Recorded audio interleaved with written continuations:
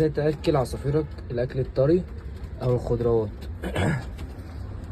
تجوعهم لمده ساعتين 3 عشان ما عندهم الاكله خالص. تبدا تجهز. دي خلطه عباره عن بطاطا وجزر وفلفل اخضر وبقدونس، بس حاجه كده ايه نروق عليهم كده. حطهم في الاكلات ونرجع لكم تاني. حطيناهم في الاكلات اهو. تعالوا ايه نقدمهم. بسم الله.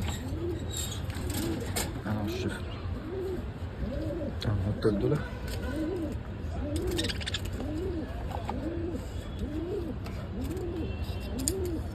طبعا في بقى مني فده انا هقدمه للحمام. الحمام ما اكلوش بحطه للعصافير بتاعت الجو عادي.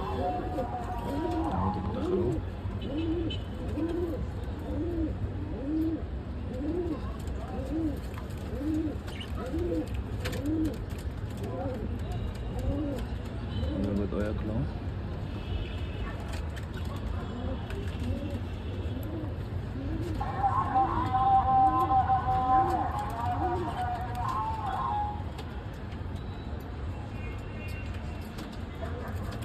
ده لو عصافيرك ما بتاكلش الطري هتجوعهم وهتقدم لهم الطري،